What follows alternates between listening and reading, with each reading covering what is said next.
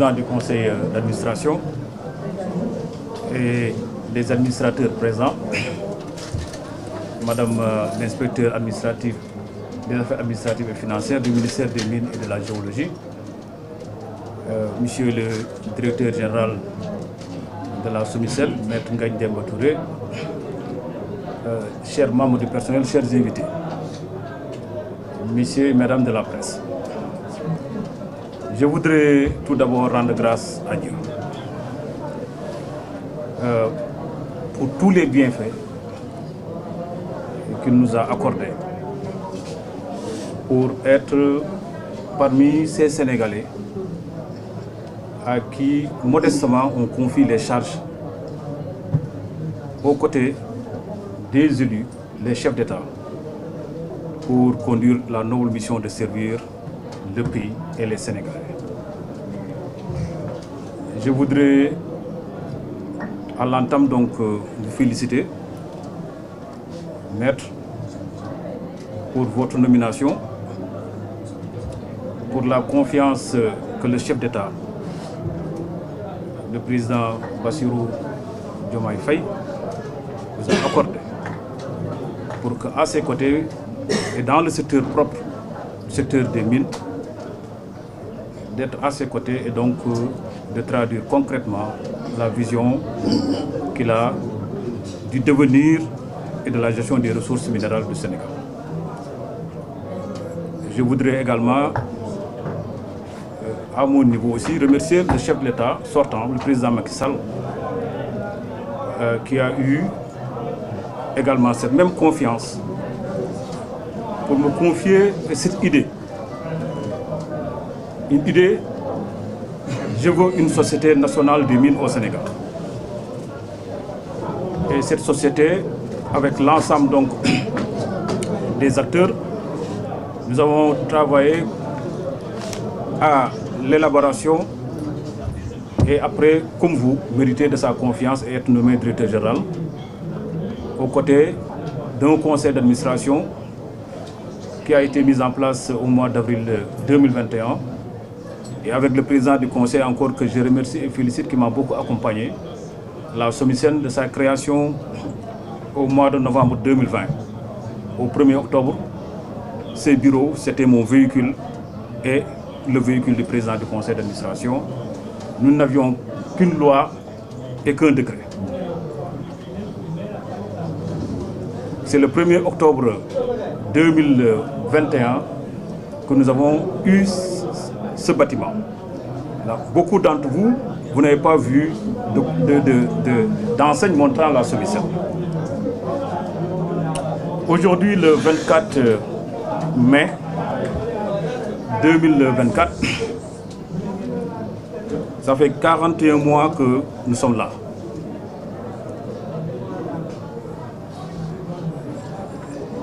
Et 41, c'est un nombre. Ça signifie qu'il y a une nouvelle mission qui sera fondée sur des bases solides. C'est ça l'interprétation. Et cette nouvelle mission, c'est ce que le chef de l'État vous a confié. Et cette même mission que nous-mêmes nous aurions pour notre pays. Le Sénégal est notre terre mère. C'est là où nous avons vécu, nous avons été formés pour servir le pays dans le domaine de la géologie et des mines. Nous sommes disponibles et restons disponibles pour notre pays, pour la République, pour que cette mission qu'est la SOMICEL soit une mission qui va réussir. C'est pourquoi tout à l'heure je vous ai dit que Son Excellence le Président de la République vous a confié la SOMICEL, mais moi je vous confie mon bébé.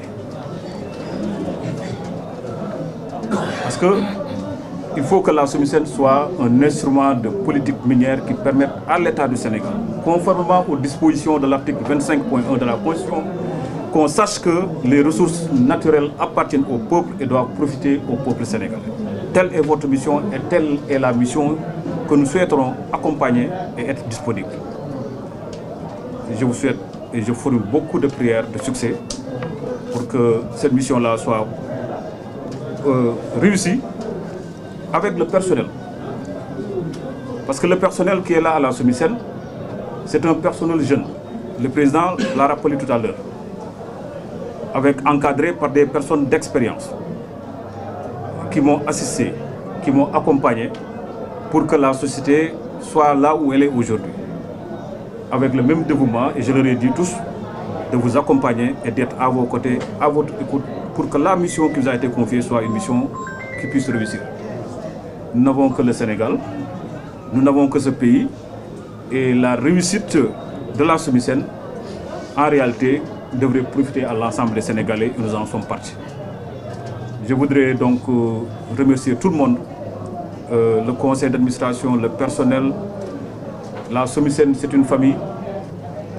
Vous aurez l'occasion comment dirais-je, de les pratiquer. Vous allez voir que finalement, c'est une société avec des jeunes engagés, aussi bien que vous, pour que le devenir du pays soit un devenir respectable. En tout cas, une fois, je vous félicite, formule des prières, parce que je suis votre marabout. Un Touré devant un Cissé, bon, c'est moi le marabout. Hein? Donc voilà, je suis son marabout, donc j'ai prié pour lui. Voilà, donc pour que vous réussissiez, parce que nous comptons sur vous. Nous comptons sur vous. Nous comptons sur le personnel, et nous tous qui sommes dans le domaine des mines, qui avons été formés comme ingénieurs, nous comptons vraiment sur vous. Et soyez assurés que nous serons là à vos côtés pour vous accompagner. Le chemin, ce n'est pas impossible. Il faut s'y mettre avec beaucoup de détermination, d'engagement pour arriver à des résultats. Je voudrais encore une fois remercier tout le personnel, les saluer et leur dire que merci peut être un petit mot, mais quand même ça a beaucoup de sens si vous qui avez été là dès le début de la société. Encore une fois, donc, directeur général, je vous remercie et vous souhaite plein succès, et aussi à l'ensemble donc du personnel de la SOMISEN. Merci beaucoup. Merci.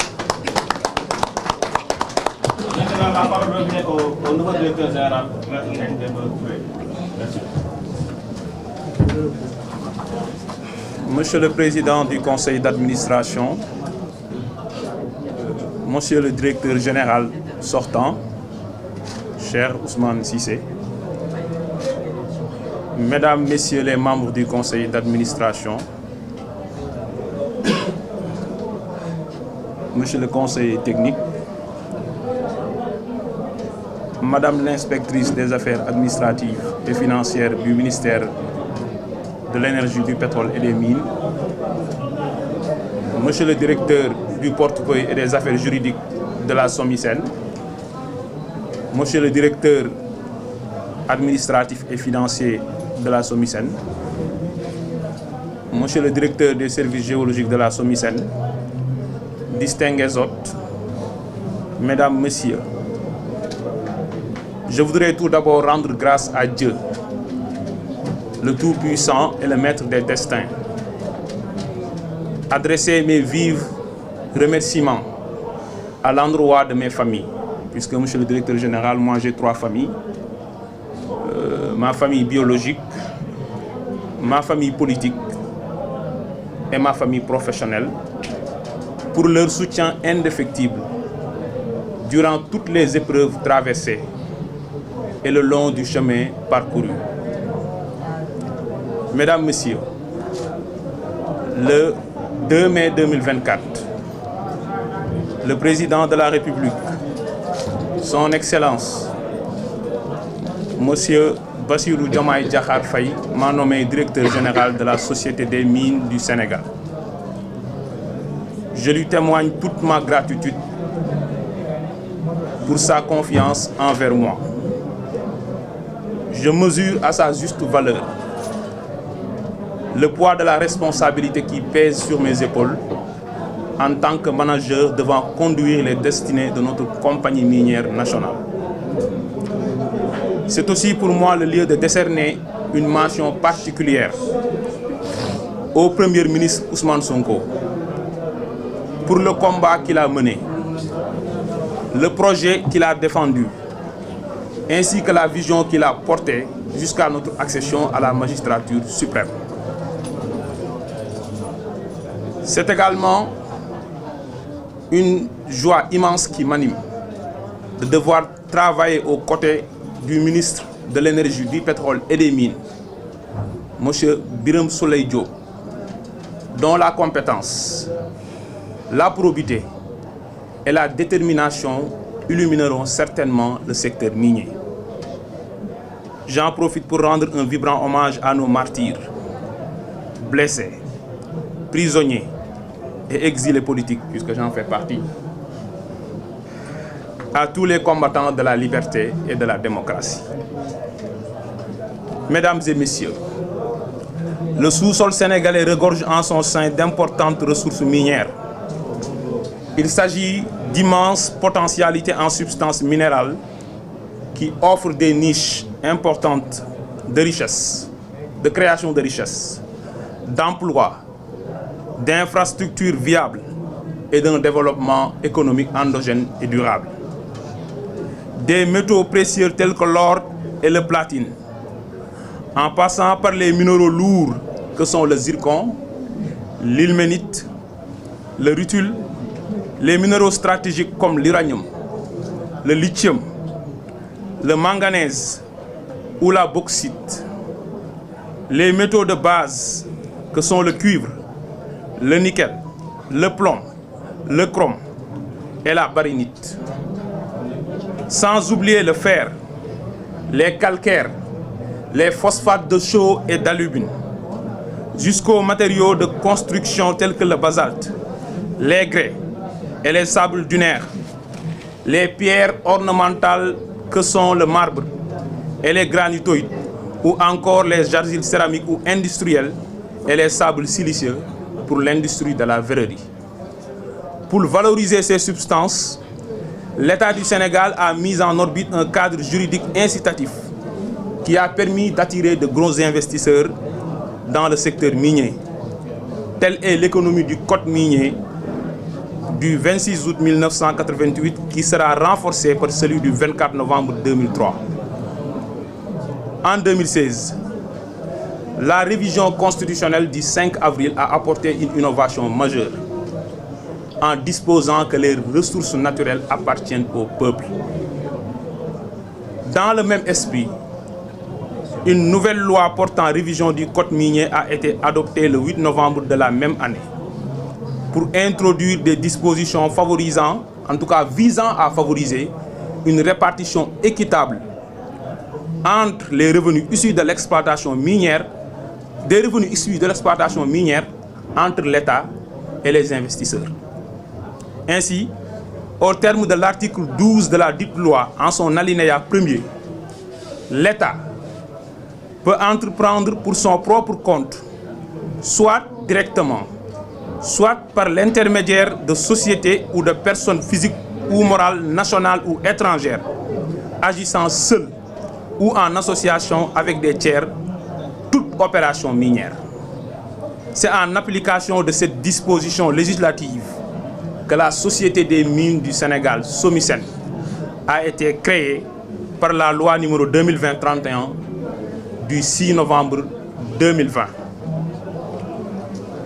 Ayant en charge la gestion du patrimoine minier de l'État, la SOMISEN a été mise sur pied pour accomplir 10 missions, dont la gestion de la participation de l'État dans les opérations minières, la commercialisation des produits miniers revenant à l'État, la détention seule ou en association de titres miniers aux fins de recherche et d'exploitation, la mise en œuvre des décisions et orientations de l'État en ce qui concerne la stratégie de ces sociétés minières, la participation aux négociations entre les sociétés dans lesquelles elles gèrent les participations de l'État et de toute autre société où cette participation est envisagée, l'examen de la situation économique et financière des sociétés concernées, les principaux programmes d'investissement et de financement, les projets d'acquisition ou de cession de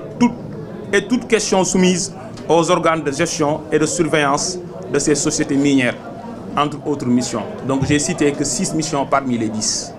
Je pense que ce sont les missions principales auxquelles d'autres missions accessoires se greffent. Après sa naissance, la société, sous l'impulsion de son directeur général et suivant les orientations du conseil d'administration, a réalisé des études sur plusieurs projets dont la mise en œuvre pourrait apporter des bons significatifs dans la gouvernance du secteur minier. Dans la foulée, elle s'est dotée d'un plan stratégique dont l'objectif global est la suivante: promouvoir, développer et contrôler l'activité minière en vue de mettre en valeur de façon responsable et durable le potentiel minéral au bénéfice de tous.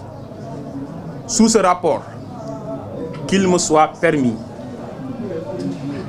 de décerner ou d'adresser mes vifs remerciements au directeur général sortant, M. Ousmane Cissé, et à l'ensemble du personnel de la société pour le professionnalisme et le dévouement dont ils ont fait montre durant ces 3 dernières années. Je voudrais que toute l'assistance les applaudisse. Toutefois, malgré les efforts colossaux consentis quotidiennement par les agents de la société, la SOMISEN fait face à de multiples difficultés dont les plus marquantes sont la non-effectivité des fonctions de représentation et de gestion des participations de l'État dans les entreprises minières, le manque de ressources financières suffisantes pour bien réaliser les ambitieux programmes de recherche, de valorisation et d'exploitation des substances minérales, l'absence de soutien politique de la part de sa tutelle technique et financière pour fonctionner conformément aux rôles stratégiques et objectifs économiques qui lui ont été assignés. À cela s'ajoute une gouvernance discutable du secteur minier qui fait ressortir plusieurs anomalies, dont les suivantes: la disparité cuisante entre la valeur de la production, les richesses créées par les entreprises et les revenus dont bénéficie l'État. À titre d'exemple, pour l'année 2021, sur 1507,7 milliards générés par l'exploitation minière et créés par les investisseurs, l'État et ses démembrements n'ont récolté que 203,1 milliards, soit 13% de la masse des richesses qui ont été créées. La faiblesse de la part de l'État dans les concessions minières. À ce niveau, sur 12 sociétés d'exploitation où l'État détient des droits, en tout cas sur 12 conventions, sur les 12, l'État n'a que 10% sur les 10 en termes de droits. Et sur l'une de ces conventions, l'État a 15%. Le non-recouvrement d'une part importante des redevances minières dues à l'État. Le défaut de transparence dans les opérations minières. Le non-respect des droits humains, des règles de protection et de prévention de l'environnement et des conditions d'hygiène et de sécurité exigées par la loi, les règlements, mais aussi et surtout les instruments internationaux. Face à ces nombreux défis, le projet porté par le président de la République, qui a bénéficié de la majorité des suffrages des Sénégalais, se positionne en solution pour une réappropriation des ressources naturelles en vue d'un développement économique endogène. Notre vision repose sur un modèle économique endogène d'industrialisation par substitution aux importations. C'est pourquoi les ressources minières du pays doivent favoriser l'essor d'une industrie dynamique et compétitive, capable de générer une croissance durable, inclusive et créatrice d'emplois. Notre pays ne doit plus exporter tous les minerais extraits de son sous-sol pour ensuite importer des produits finis issus de la transformation de ces mêmes minerais. Le bijoutier sénégalais ne doit plus parcourir des milliers de kilomètres à la quête des bijoux en or, alors que l'or extrait à Sabodala, à Massawa, quitte le pays en brut. À ce niveau, la SOMISEN doit jouer un rôle en aval en mettant un focus sur un ambitieux programme de transformation des substances minérales. Par ailleurs, le projet mise sur la mobilisation des ressources endogènes pour le financement des politiques publiques. C'est dans cette optique que les ressources naturelles en général et les ressources minières en particulier doivent désormais devenir un important levier de financement de l'action étatique. Ainsi, la SOMISEN en tant que compagnie nationale doit devenir la locomotive de l'État, acteur de l'économie et partie prenante de l'exploitation de ses propres ressources. Bien évidemment en développant des joint ventures et des systèmes de partenariat avec des investisseurs privés et étrangers. Sans verser dans l'autarcie, elle doit devenir le bras financier de l'État. Son grenier, sa mine d'or et d'argent.